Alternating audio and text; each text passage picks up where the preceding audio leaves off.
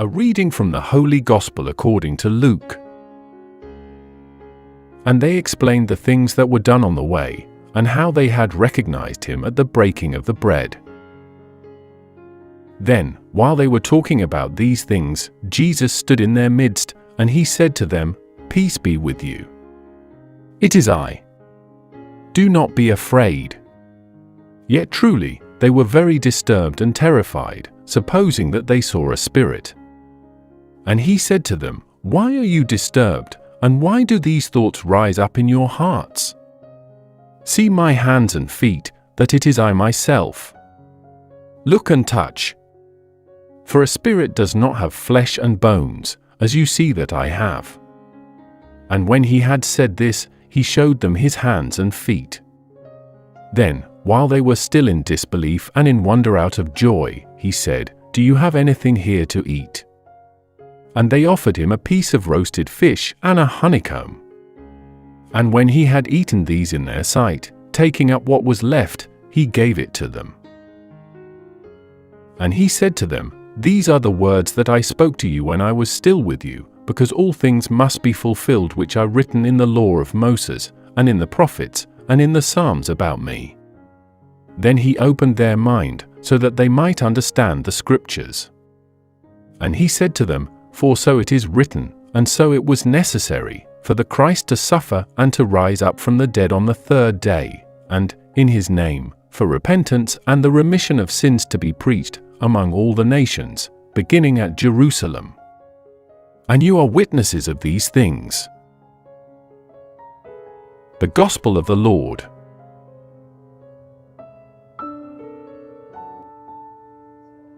They invested a lot.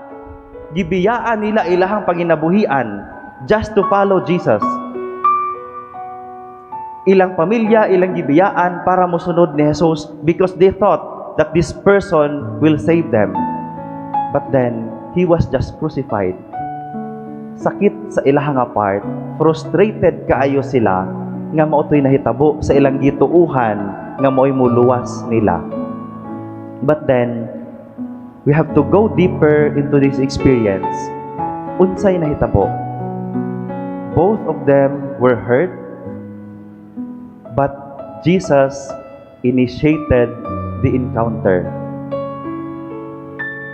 Nag-initiate si Jesus og encounter not because iyahang kwentahan tanan, magkita ta dire kay magpinentahay ta, asa man mo to nagpromise mo nga dili mo kuninyo biyaan. But no, unsay gingon ni Jesus, "Peace be with you.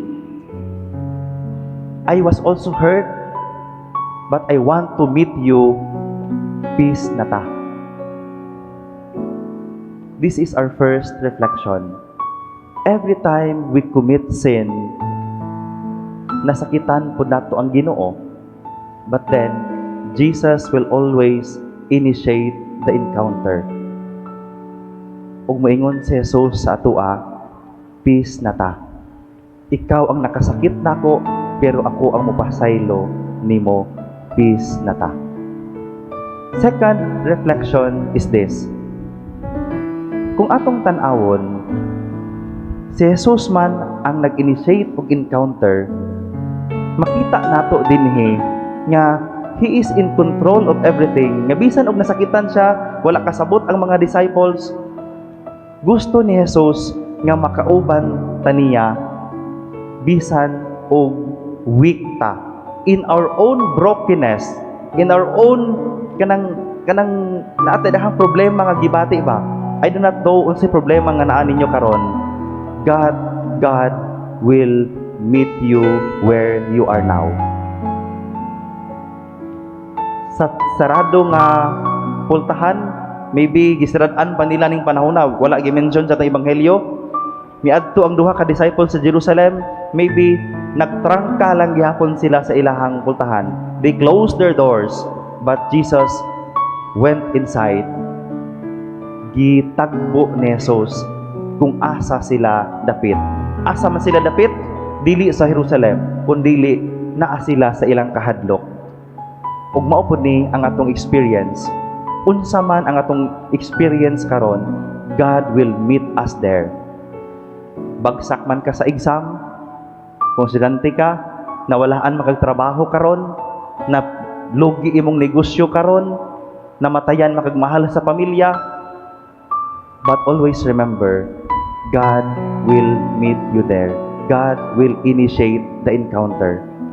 Dili kita ang mangita sa iya ha, kundi siya ang nangita sa atoa. Mauni ang atong Ginoo.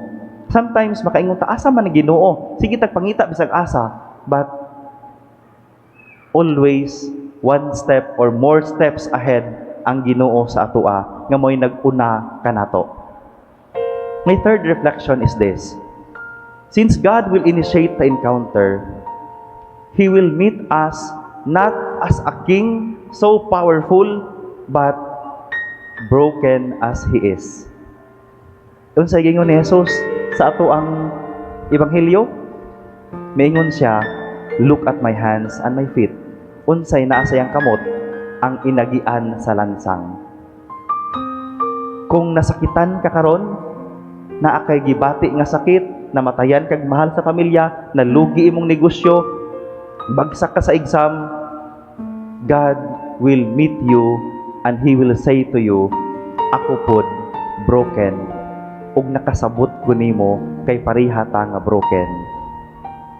Di ba nindot kaayo nga maka-experience og tao nga mas nakasabot sa atoa?